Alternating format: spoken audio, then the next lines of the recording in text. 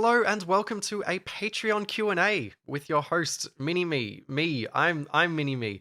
My name is Peter. I answer a random set of questions that my patrons have asked me. Most of them are about video games. It's a good time. Just kick back, relax, listen to some guy on the internet talk about video games for 20 or 30 minutes.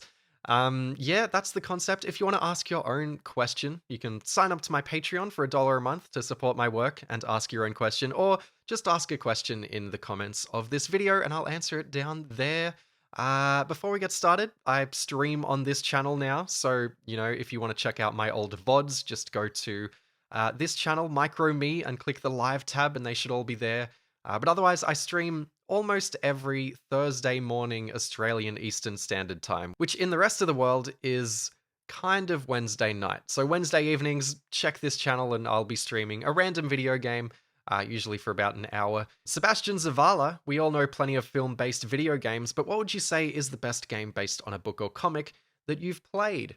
The first one that comes to mind when it comes to games based on comics is the game 13, XIII, a game that recently got a remake that was apparently really, really bad, and it always looked really bad, and then it was really bad, so no shock there. But the original 2003 version of 13 is actually based on a French comic that I read a bit of once after I played the game originally, and it's a decent comic, but I think the game is almost better than the comic was. The way the shooting feels in that game is surprisingly good. I think it's a little bit uneven with the stealth sections. I think the stealth sections in 13 are quite poor, but otherwise the way the sort of movement and shooting feels is kind of awesome, and it looks amazing. Like, it's kind of got a timeless what's the word? Cell shaded look that is really impressive and really kind of worth seeing for yourself. Otherwise, I know Metro 2033 is based on a book, but I haven't played a lot of that. And I know that The Witcher is based on a book, but I've never been a huge Witcher guy. I actually like the first two Witchers more than the third one, which is a bit of a weird take. And if like Batman Arkham Asylum counts, then that's a good game too, if it's based on a comic. But yeah, I reckon 13 is the game that came to my mind. It's a game worth playing. I don't know if it's the best, but it is what it is. Connor for SSR, what's your favorite Fast and Furious movie? Also, any interest in the new one? Yeah, I saw the new one. I loved it. I loved Jason Momoa in it. I think the franchise is in a funny spot ever since Fast and Furious 7. I think it's sort of in this weird, like, post-ironic, they kind of know it's a joke space, which is fun, but I think the first 7 movies have a magic that the recent movies don't. And with that said, my favorite one is probably Tokyo Drift, which is kind of funny because it's not really related to the rest of the movies that well. I just think that Tokyo Drift is a really, really beautiful film. And it almost sounds silly to say because it's such a stupid movie in a lot of ways, but the way that the way that movie looks, like shot by shot, is spectacular. I think it's paced perfectly. I think the soundtrack and the sound design is amazing. I think that Han is such a cool character for it. It's just a gorgeous film. And like, I feel like you could almost take any frame from Tokyo Drift and like frame it and put it on your wall. It's just great. And I think 5's really, really good too. 5 is just like the all-star cast at their peak, just firing on all cylinders. That's just a great movie as well. Crunklehorn, have you tried any rhythm FPS games yet? Bullets Per Minute and Metal Hellsinger are off to an excellent start for the genre. I've had Metal Hellsinger installed for a really long time, but I haven't played it. I've been meaning to. They look cool. They look like games that I could really enjoy, but unfortunately, no, haven't tried them. Cyclops 007, if you could own 3 vintage arcade cabinets, what would you choose?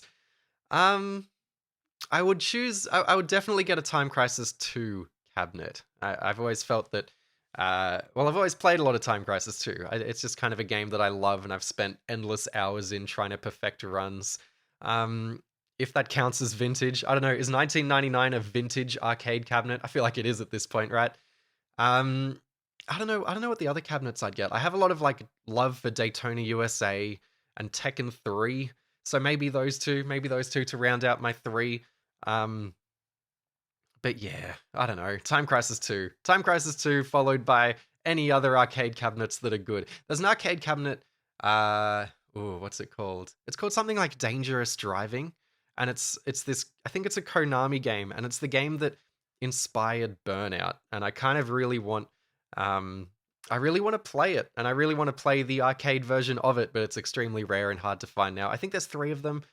It's not called Dangerous Driving. It's something like that, but that's a game worth looking up.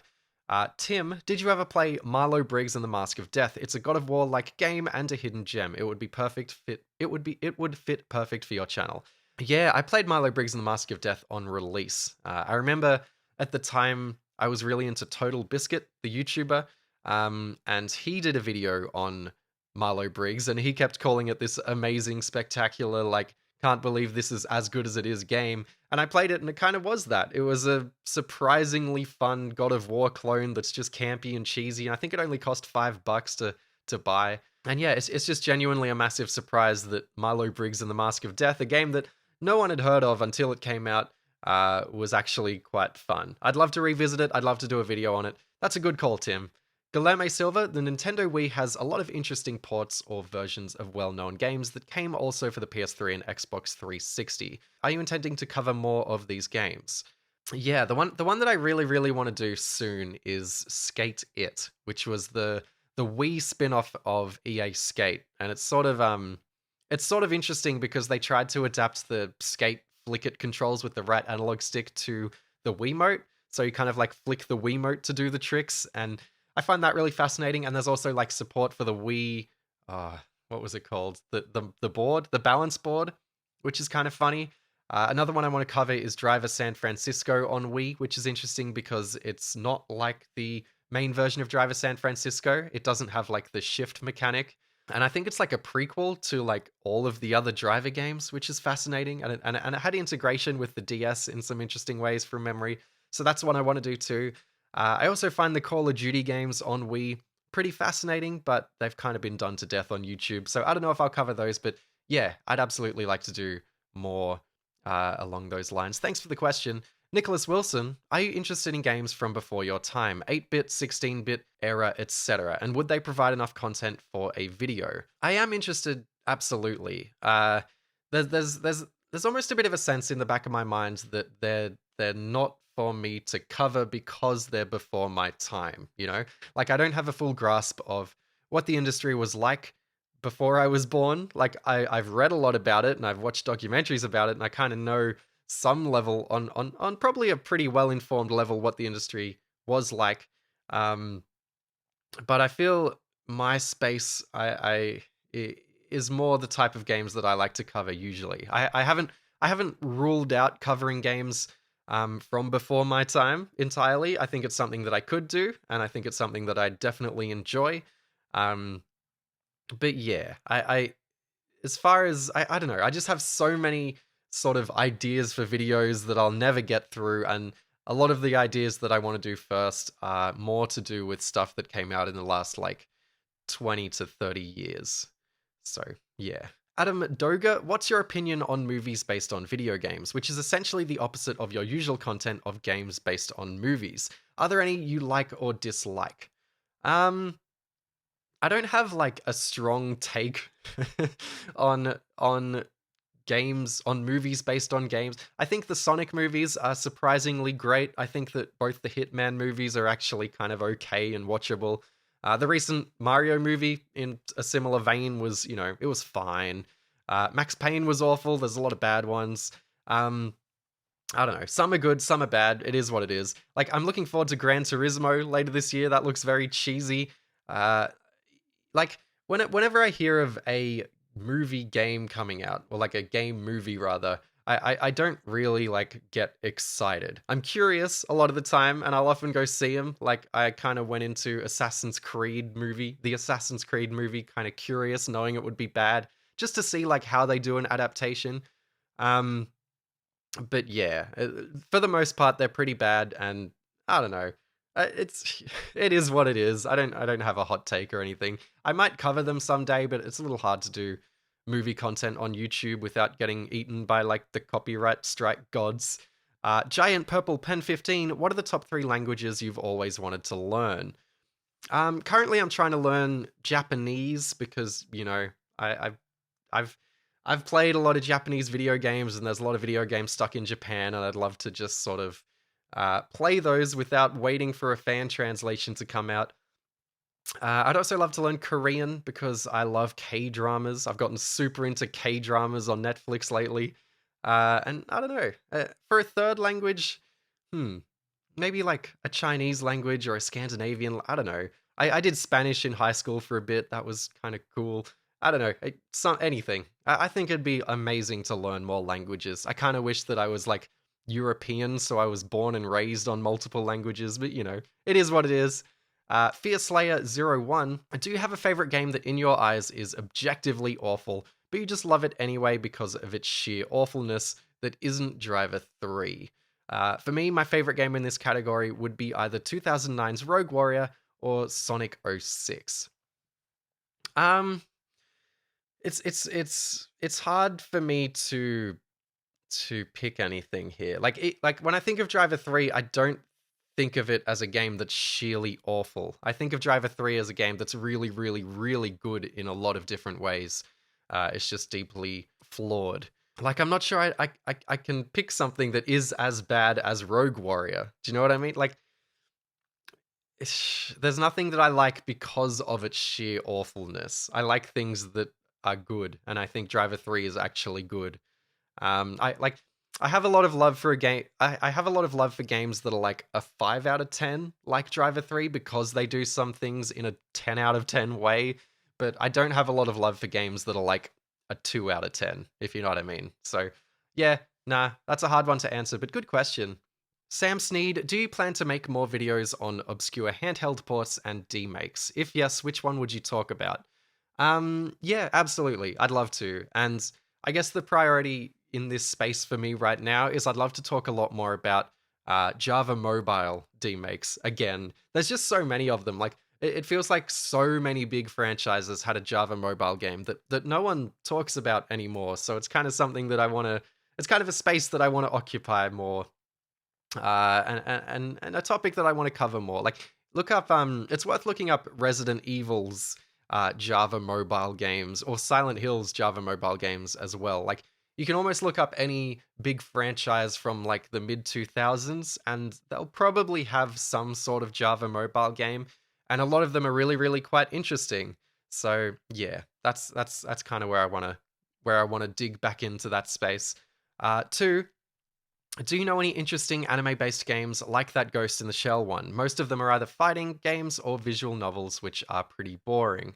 Unfortunately, that Ghost in the Shell one it's a bit one of a kind. It's a special game, and I haven't really played much like it. There's a PS2 game that comes to mind based on the anime called Samurai Champloo, which looks interesting. That's CHAMPLOO. I haven't played that one, but if you want something that looks interesting and unique and, isn't a fighting game or a visual novel, that's a game worth looking into. And I guess Seven Samurai 20XX is kind of based on an anime, so that's an interesting sort of game as well, but it's not a great game. Just interesting, which is what you asked. But yeah, that Ghost in the Shell standalone complex game is something special, and in a similar vein to you, I've kind of been looking for more games that are like it, and not succeeding too well because it's just that special. Kyle Scott, hello, you play a lot of driving and racing games, so I assume you enjoy cars in real life. Could be wrong, haha. Number one, what do you currently drive and do you like it? So I drive a Hyundai Accent, which is a very practical A to B, sort of boring car. I like it, it's fine, whatever. As far as how into cars I am, I would say, like, I don't know if I'd call myself a car guy, but there were times where I've been like fixated and had a small obsession with cars. I have a lot of friends who are super into cars, and I absorb a lot of information through them. And over the years, I've absorbed a lot of information about cars.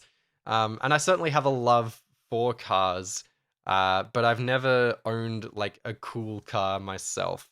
Which I guess leads into your next question, which is, if you won the lotto, which car would you be getting? Which, like, if I did won the lotto, probably the first thing I would do is buy a nice car, which probably speaks to how into cars I am. Like, I'm into them a lot, but not enough that like I'm making it my goal right now to buy a nice car and be all about cars, if you know what I mean. So if I did win the lotto, uh, I'd probably buy a Datsun 240Z, which I know is like a really sort of standard pick, a very, very beloved car historically. I feel like it's one of the cars I remember getting me into cars, if you know what I mean. Like, I saw a 240Z and I'm like, that's the coolest thing I've ever seen. I must know more.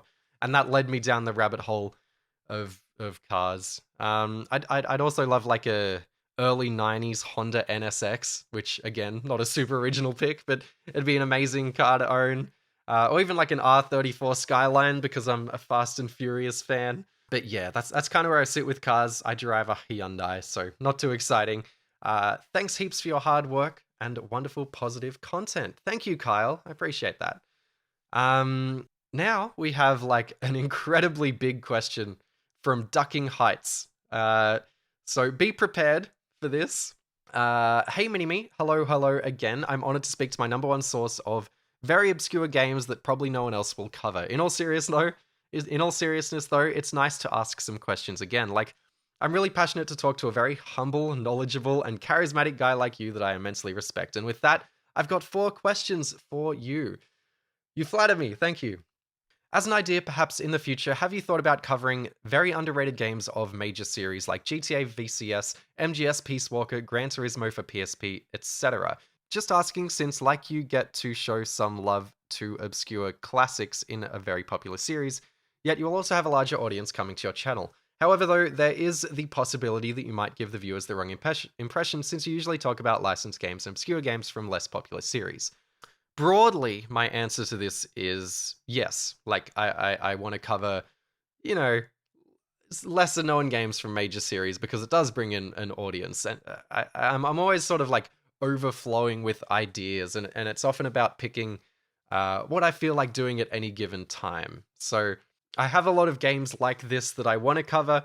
And at the moment, I feel like I'm trying to stick to things that I'm super passionate about in the moment, just stuff that I feel like doing. And while I kind of logically know that covering popular games like the ones you mention are probably good for my channel health and channel growth, I do really need to be vibing them. Otherwise, I just kind of like fall off and the writing isn't as good and the video doesn't end up as good. But you know, it's always a balancing act. Second question is that what music do you listen to? I've delved headfirst into a lot of genres over my life. I generally go through massive phases with like a single artist. Like there's been times where I've just been into Daft Punk for like months, or Kid Cudi, or the Distillers, or Sublime. Like at all different points growing up as a teenager or through my 20s, I've been into an artist like this and just obsessed about them. And I don't really have like a refined or an obscure music taste. I like right now I mostly listen to just sort of trashy emo pop punk. You know, I love like My Chemical Romance and Taking Back Sunday, and I just love the like soppy emo vibes to it all. Um I guess, yeah, I don't know. I just, when it comes to music, it's I'm not terribly interested in. I'm sort of like an old dad who just listens to their 70s rock band over and over. I'm not super interested in like exploring music as much as I am video games or film or, you know, books or anything. To me, music is something that just relaxes me and I just pop on whatever relaxes me and I don't overthink it too much. But yeah, good question. Continuing. Another question is that, do you believe Driver 3 is influenced by not only Michael Mann, but also Tarantino and Guy Ritchie? AKA, does Driver 3 has Tarantino-isms and Ritchie-isms? Because with Guy Ritchie, I was watching his movie Snatch recently, and I noticed that the intro of the movie is very similar to Driver 3's trapped cutscene, where the cops are looking at the South Beach lead, and the way the gang is shown through security monitors. And another thing I noticed about Driver 3 is the dialogue is very grounded and real sometimes with the characters. Like, they talk like real people, e.g., you shot him cutscene, the Finger Saga. It just feels like, to me, personally, the dialogue took from the best and made the cutscenes have among the best screenplay of all time, even rivals Mann's movies and Ritchie's movies. Uh... I wouldn't go that far. I wouldn't say it does.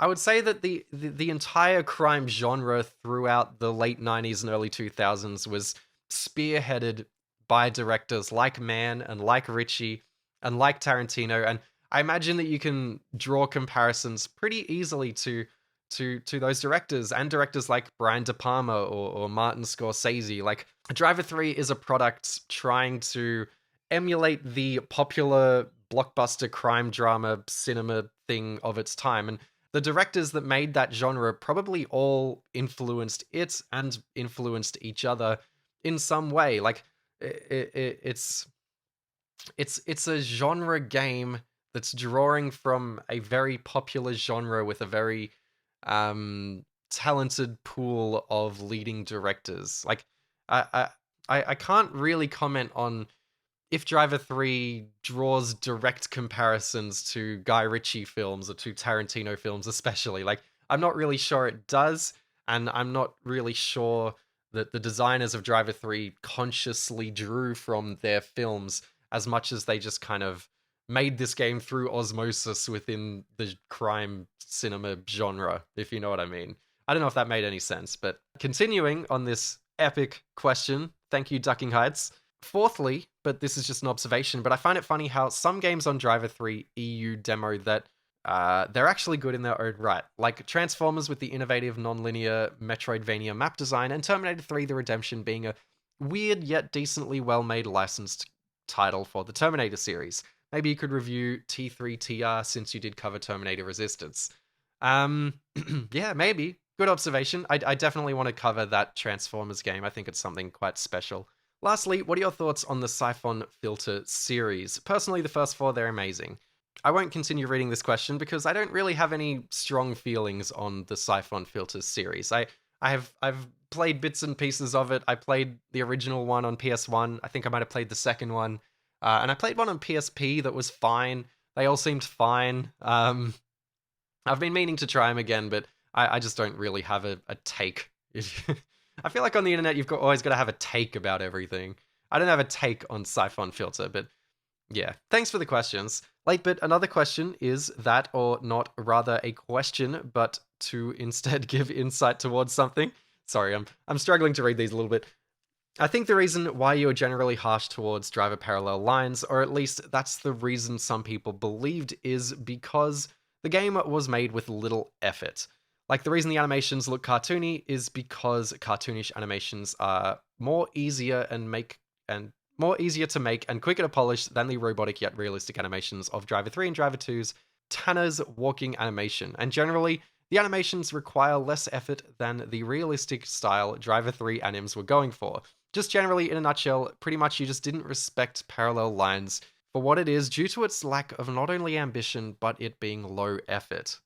That's not... I don't think it's fair to call Driver Parallel Lines a low effort production. I don't think it's fair to call it like lazy or anything like that. You know, it's lower effort in the sense that it was made on a smaller budget in a smaller time frame, and that's kind of why it's less ambitious. You know, I don't think the cartoonish animations are a result of effort. I think that was a conscious decision to be more broadly appealing and be more GTA like.